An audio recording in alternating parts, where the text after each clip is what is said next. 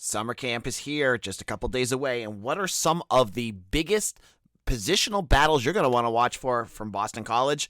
We'll get in all of that and more on today's show. You are Locked On Boston College, your daily podcast on the Boston College Eagles, part of the Locked On Podcast Network, your team every day.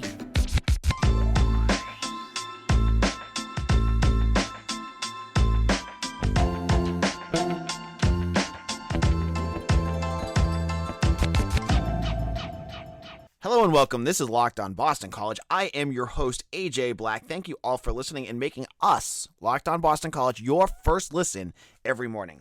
So BC's summer camp opens up on Friday. We talked about this on yesterday's episode. And for a lot of different positions, BC is set. You know, there's Phil Jacobic's going to be the quarterback. Padre Garwoe is going to be the running back. You're going to have Josh DeBerry at cornerback, Zay Flowers at wide receiver. But on today's show, we're going to look at what positional battles are going to be decided during summer camp because there are some questionable spots still available, and we're going to get into those during our first two segments of today's show. First off, one positional battle I think that's everyone is talking about, we're going to get into the big one right away, is the offensive line, specifically the guard position. Now, as we've said on the show before, there is a lot of different ways Jeff Hafley could go with his offensive line, with his new offensive line coach, Dave DeGuglielmo. First of all, he could go with two guards. Now, he has Finn Durstein, who's projected to be a guard, and he could go in his depth chart and go look at someone like Jude Lowry, Blaren Ristemi, or Noah Clifford, or Otto Hess. They have guys that they could throw in there. Or what I think is going to happen is they move Jack Conley to guard. Now, Conley was their tackle earlier last year. He struggled, and if you remember, he got beat pretty bad. And Mitch Wolf has talked about his Pro Football Focus ranking being very low because of that game. So if Hafley and Googs think that Jack Conley fits better at guard, then this positional battle will be more for the tackle position. And that's actually where I think I'm going to lead this into, is because my prediction is that Conley moves to guard. I think the tackle is where you're going to want to watch to see where Boston College finds their next offensive lineman. Now, the names to watch for is Kevin Klein, who has been getting a lot of positive press, or Elijah Krajnovic, who I've heard is a physical animal out there. I'm not sure where he's at, though, in terms of technique. That's more of something an offensive lineman could tell you more about. But I've heard lots of good things about his potential. So those are the two big ones, but they're all sorts of different iterations of where this guard position can go to. Because I just said that the tackles could go in there. Another possibility, that's one, is what if Boston College moves over Drew Kendall from center to guard, maybe just out of a necessity, and then they put Dwayne Alec at center. There's a whole bunch of different things here that you could watch for. So it's not a traditional positional battle, but there's a whole bunch of names of guys that could get into this position and fix this line in a certain sort of way. Because BC, one big concern with BC for me is that there's not a ton of established talent here. So you don't know what you're going to get when you throw certain guys in different spots. And obviously the staff has evaluated them and has done their job, hopefully, of figuring out who's the ones, who's the twos, who's still a little bit away. I think that's kind of where they're at. But we'll have that. I think that really is, in essence, a positional battle, because there could be different tackles. There's iterations of the tackle position. There's different iterations of the center position. Any of the 5 offensive line spots could be somebody. And it could be, you could have Ozzie Trapillo up and down that line. You could do the same thing with Jack Conley. You could put him up and down the line. I mean, you could put Drew Kendall at 3 different positions, 2 different guards or the center. So that in itself, I think, is going to be the positional battle to watch this offseason during the summer to see how they kind of talk about it. And I'm telling you right now, the staff does a good job. The one thing that they will give you, sometimes they're a little hesitant in terms of giving you certain information about what's going on. You may not hear about an injury. I think we never heard about Boumeri and Unwuka being hurt until the kickoff to the Colgate game last year. They will tell you who's sliding up for the ones for the offensive line. And, I think a lot of the times Hafley holds back certain information because it's a strategic thing that he wants to not give any little advantage to the opponents. But with offensive linemen, it doesn't really matter, does it really? Like, what are they going to tell you if you find out that Kevin Klein's your starting right tackle? That doesn't matter. So I think this is the key positional battle. But there's more out there. And one that's going to be fun and maybe a little bit under the radar, I think, is the punter position. Now, last year, we had, it seemed like year 7 of Grant Carlson as the punter, and he was fine. I think it was a tale of 2 years for him because it seemed like at the beginning of the year, he had some sensational punts that really helped bail out BC's offense that was just struggling all over the place. But as the year progressed, he kind of got a little bit, it felt like after that block punt against NC State, it kind of went backwards a little bit, and he became more of a little bit below average, I would say, punter in terms of his ACC comrades.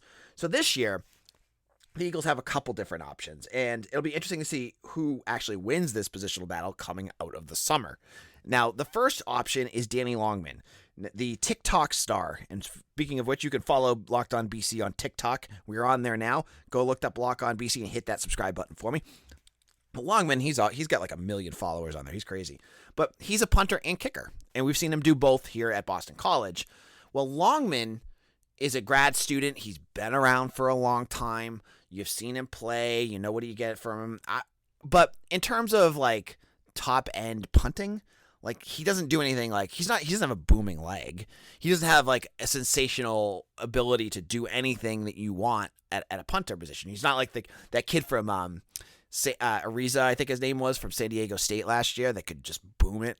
You're not going to get anything close to that with Danny Longman. But he knows the system. He's been around a while. There's something to be said about having a veteran there at a position where you can't have lots of screw-ups because, 2017-18, we had a major punting issue where every time they line up to punt, there was an issue with it. Can't do that, right? You need to be steady there, and Longman could give that. It could go against, though, the true freshman, Sam Candotti from Australia. Now, we've talked about Candotti on this podcast before. He is from Buckley Park College in Australia, and he is a rugby-style kicker. And I can't remember BC ever having a rugby-style kicker. I'm going all the way back to like Ryan Quigley and some of the punters they had way back then. Johnny Ayers. I don't remember a rugby-style kicker. They do their own thing, and it's a little bit different. And I think there's something to be said with that kind of style, that it sets up your blocking and your send team that you're going after after the punt returner, because it's a little bit less long. It's a little less booming. It's more of a line drive type kick. So would Hafley go that route, or will he go with the veteran here? Now, I don't know. We saw a little bit of both during the spring game, and I think it's going to be a positional battle that's won during the summer. You're going to have their special teams coordinator, Matt Thurin, kind of just sitting there and watching. How is Candotti handling this? Does he have more of an upside? Is he more explosive in terms of his kicks? Can our coverage team handle what he's doing? There's a lot of questions there, and I think that's all kind of be sorted out during scrimmages and some of those later practices. So that'll be an interesting to watch for as well. In our second segment, I'm going to get into 2 more positional battles that you're not going to want to miss this summer. Now, LinkedIn is got you geared up for fall. You need the right people for your job and your team to help your small businesses fire on all cylinders. LinkedIn Jobs is here to make it easier to find the people you want to talk to faster and for free. Create a free job post in minutes on LinkedIn Jobs to reach your network and beyond, the world's largest professional network of over 810 million people. Then add your job and the purple hashtag hiring frame to your LinkedIn profile to spread the word that you're hiring so your network can help you find the right people to hire. Simple tools like screening questions make it easy to focus on candidates with just the right skills and experience so you can quickly prioritize who you'd like to interview and hire. It's why small businesses rate LinkedIn Jobs #1 in delivering quality hires versus leading competitors. LinkedIn Jobs helps you find the candidates you want to talk to faster. Did you know every week nearly 40 million job seekers visit LinkedIn? Post your job for free at linkedin.com/lockedoncollege. That's linkedin.com/lockedoncollege to post your job for free. Terms and conditions apply. We're back, Locked On Boston College. AJ Black here. We're looking at positional battles heading into the summer camp. And we already gave you 2, and I have at least like 3 or 4 more to go with because I think it's going to be a really interesting camp. Now, the first one I kind of want to look at here is the wide receiver 3 position. Now, given what we have, Boston College has Zay Flowers, they have Jalen Gill. Those are going to probably be your 1 and 2. Then after that, it's a bigger question mark. You're probably going to have either Jaden Williams, who really did put himself out there last year, or Taji Johnson. Now, I would say, just based on starts from last season, that Jaden Williams probably would have the advantage here. But there is an argument to be made here for Taji Johnson, because Jaden Williams is a little bit redundant in terms of what you have already out there. Jalen Gill, and he's a little bigger than Zay, but Zay's a small wide receiver. Jaden Williams is under 6 feet tall. A good offense, has a variety of different types of skill players out there. And that's what you could bring in with Taji Johnson. Taji Johnson's 5 inches taller than Zay Flowers, 6 inches taller than, he's a big dude.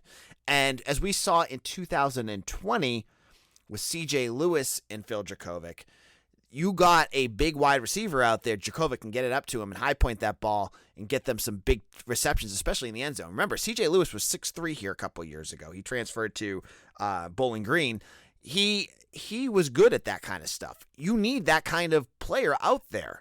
So I think Taji Johnson, there's an argument there for him to be the third wide receiver on this roster.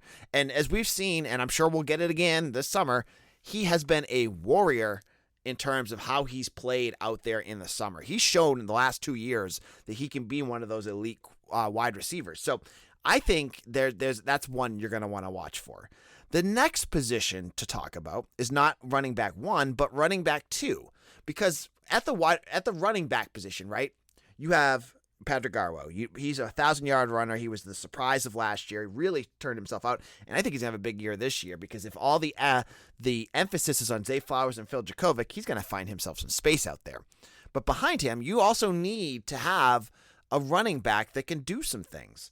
And BC has put together quite the stable of running backs that are talented and multidimensional, I think, is what you're going to see here. Because the days of getting those pounders, on every running back on the roster is gone. You need some flexibility here. Guys that can go out and catch passes. Guys that can line up as a wide receiver. You can move them around. And that's been kind of where Frank Signetti and now Jack Minotti has been kind of going with these wide receivers. You could do that with Alex Singfield, but you have a gadget player right there that can do a whole lot of other things too in Xavier Coleman. And there's been a lot of talk about him. He had that big touchdown catch in the spring game. He's a redshirt freshman, but what BC was able to do to get him that touchdown, I believe it was off a pass from Dracovic, was they moved him out to the wide receiver slot. Again, you can get different positional matchups out there that benefit you when you have a running back that can do things like that.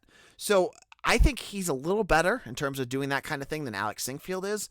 Now, no knock on Singfield, and this is why this is a battle here, because I thought Singfield did a nice job last year. He wasn't super explosive, but he did what he needed to do.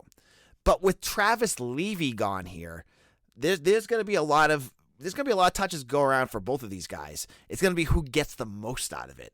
And you can make an argument for both of them here. So I think the second running back position, it will be fun because it's going to be a new brand of running back for the Eagles behind Pat Garwoe, but will be something definitely to watch this summer. And then it's a personal joke behind some of you favorites that listen to the show. What's my favorite position? What do I always talk about here on Locked On Boston College?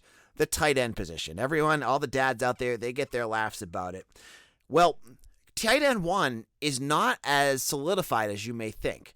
Now, this offseason, Boston College landed Notre Dame transfer George Takis, a former 4-star blue chip recruit, 6'6". He fits that same mold that you had with Hunter Long 2 years ago, who's now with the Miami Dolphins, and last year with transfer Trey Barry. He's a big guy. He does not have the history of being a pass catcher. I think he has 8 in his entire career, but he is projected to be that starter.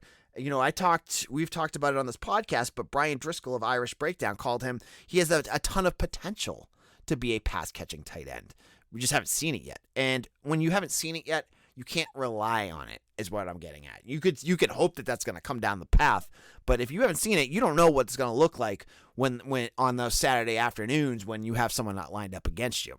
Now, you get an opportunity with someone on your roster who has shown that they can do it at a consistent level, even though they may not be the most exciting wide receiver, and that's Joey Luchetti. Joey Luchetti is a senior from Lawrence Academy. He played in 12 games last year, had 13 catches for 157 yards.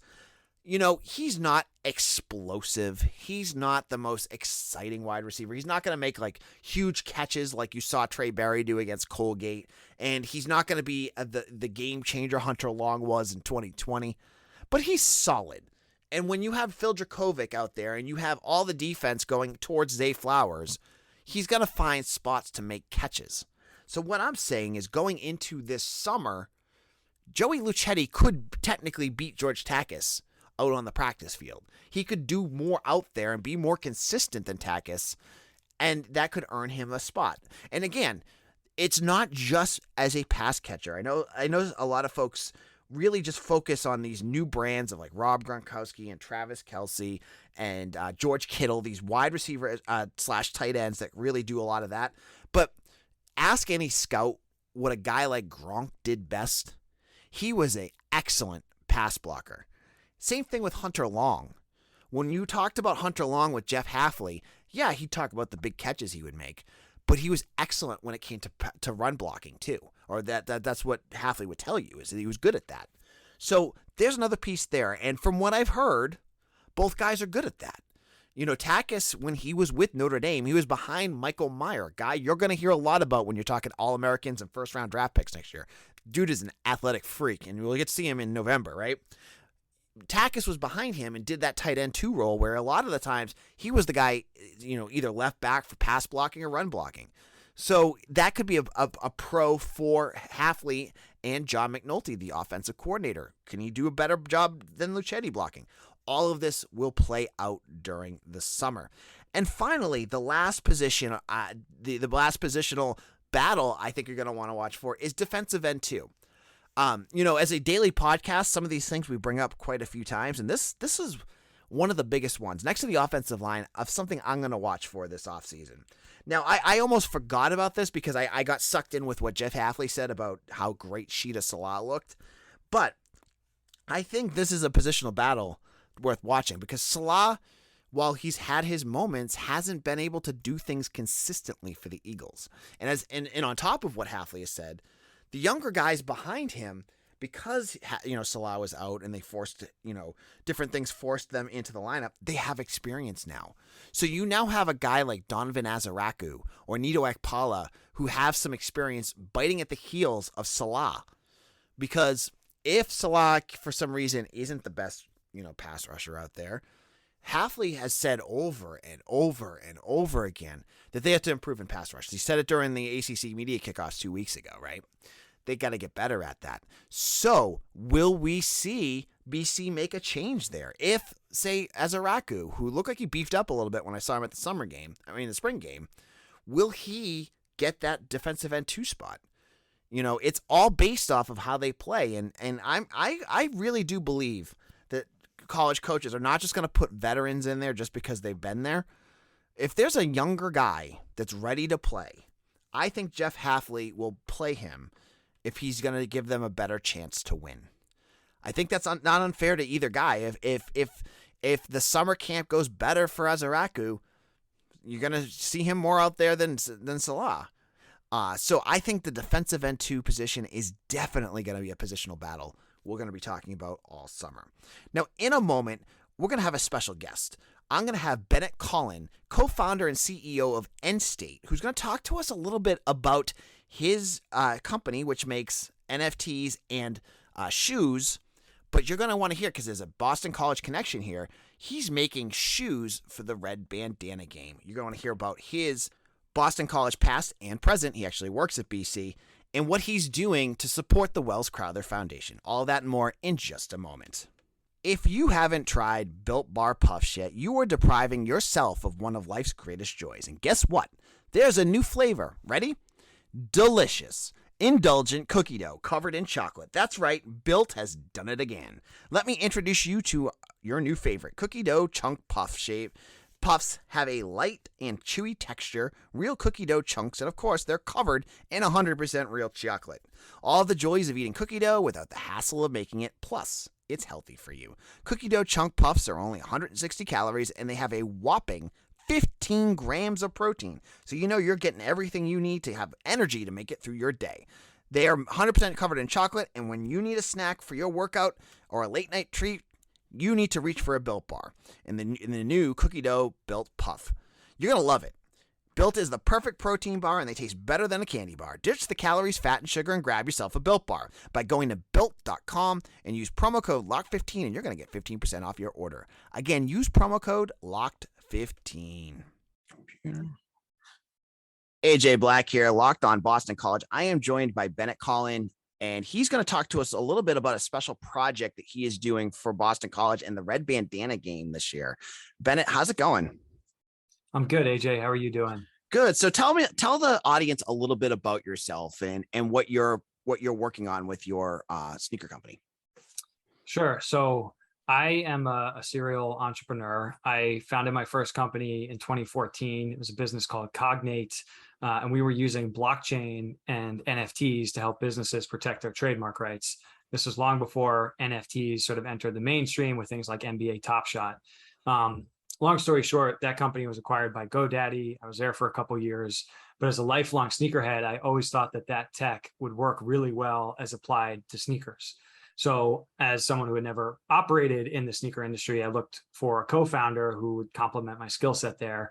And I got connected with this woman named Stephanie Howard, who's an incredible sneaker designer, sort of a legend in the space. She had designed the New Balance 850. She had been design director at New Balance and Nike. She led Nike Hockey, their creative direction while she was there. So I was really lucky to get connected with her and eventually convinced her to sort of join me to start this company, End State, where we co-founded it in May of 2021. And the basic premise is to connect digital and physical sneakers so that they're wearable in digital environments, but also you get a physical item that you can wear on your feet like a regular sneaker and have them be collectible items that, you know, we work through collaborators. And part of the idea is that because we're able to work through collaborators, because we're able to sell these digital versions of them, we can work with more broad base of collaborators than the traditional companies can that have to go through these 18-month design cycles and sell out these huge inventories. We're able to be much more targeted with who we're collaborating with. Okay, great. And so you're working on a Red Bandana shoe, correct? Yeah, that's right. So I'm a BC alum. I'm actually also an adjunct at BC. I teach a course on blockchain and cryptocurrency at the Carroll School. So I got BC in my blood. I'm actually a legacy too. Both my parents went to BC. Two of my sisters went to BC. So we're a big BC family. Obviously, having gone to BC, I'm really familiar with the Red Bandana story, and Welles's story always is so resonant. I watch the ESPN video every year on September 11th to commemorate it. And, like so many other people, Welles's story really touched me. And so when we're thinking about, what we can do in terms of collaborations and how we can work with, different charitable organizations, because that's a big part of what our mission is at End State. Welles's story and the Welles Crowther Charitable Trust were one of the first ideas that came to mind. So we got in touch with Welles's mom, Allison, and sort of brought this idea to her.